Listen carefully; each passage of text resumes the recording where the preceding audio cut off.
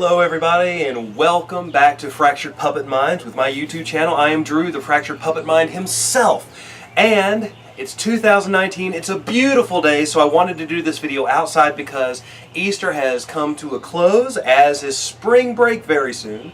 But I wanted to show you some of the puppets that I've made for particular Easter gigs that I have done in this 2019. I hope you like them. In total, they took me about two and a half weeks total to do all of these.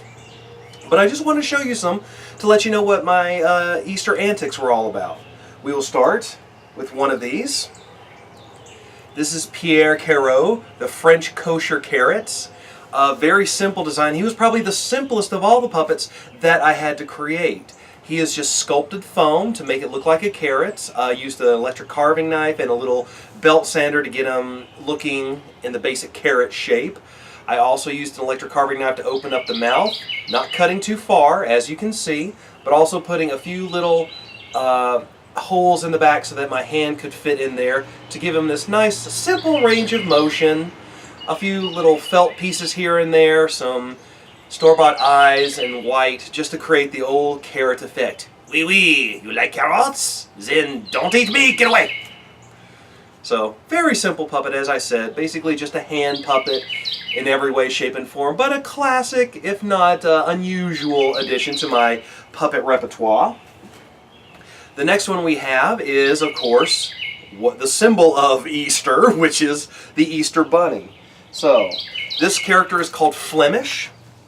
All of my characters, by the way, with the exception of Pierre Carreau, were done in baskets because I had to wander around with different puppets, and I thought, you know, just do a different basket for every character.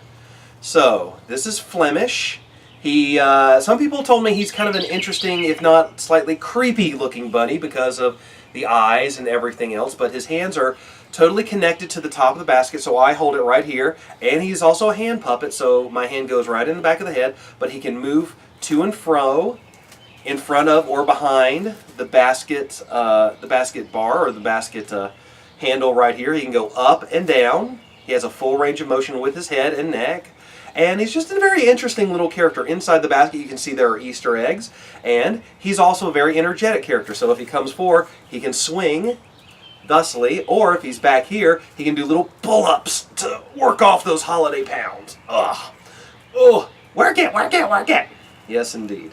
I just wanted to do a different Easter character because I was walking around in very bright colors, but I wasn't the Easter Bunny myself. But I did want to carry around a bunny that looked a little bit different and had a bit more energy than I did, which is a hard thing to conceptualize anyway because I am pouring out positive energy while I am doing this.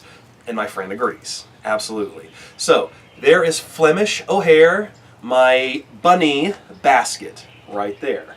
So, moving right along, I'm going to put him down very carefully. I love all my puppets. Now we will move on to probably one of the more difficult puppets that I had to create, which is the singing egg basket, which is these guys right here. Scoot in a little bit so you can see. Okay. So I had a male and a female. This is... Can anyone guess it? This is Sunny, and this is Frittata. And what I had to do to this was they are basically string puppets or rod puppets. I had to connect the strings down here, and I had to make an elaborate system. Well, when I say elaborate, I'm really stretching. But as you can see, if I just pull this one, their mouths will open. I can do one at a time, or I can do both at the same time. There you go. So I was holding with one hand like this, and I had my other hand beneath to make them talk. And it was really cool. I had a whole soundtrack of songs that they could sing either individually or together. But since this is the most difficult puppet, let me show you how you can make these yourself with a little behind-the-scenes look. Take a glance at this.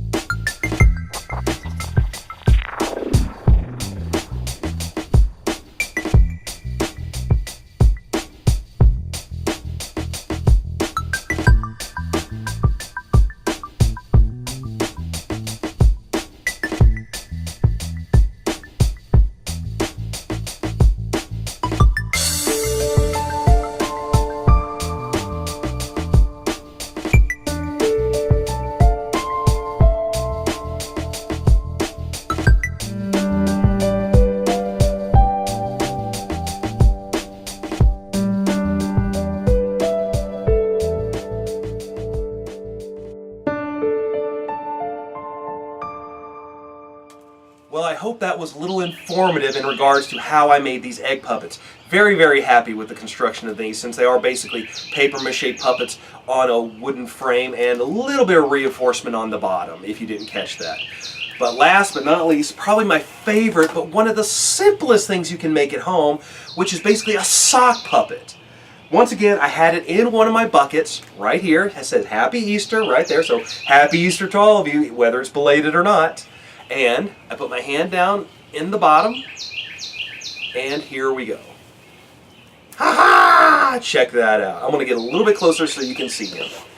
As a puppeteer and at one point a child in a galaxy far, far away, long, long ago, I loved Sesame Street. That was one of my influences as a child, especially the puppets.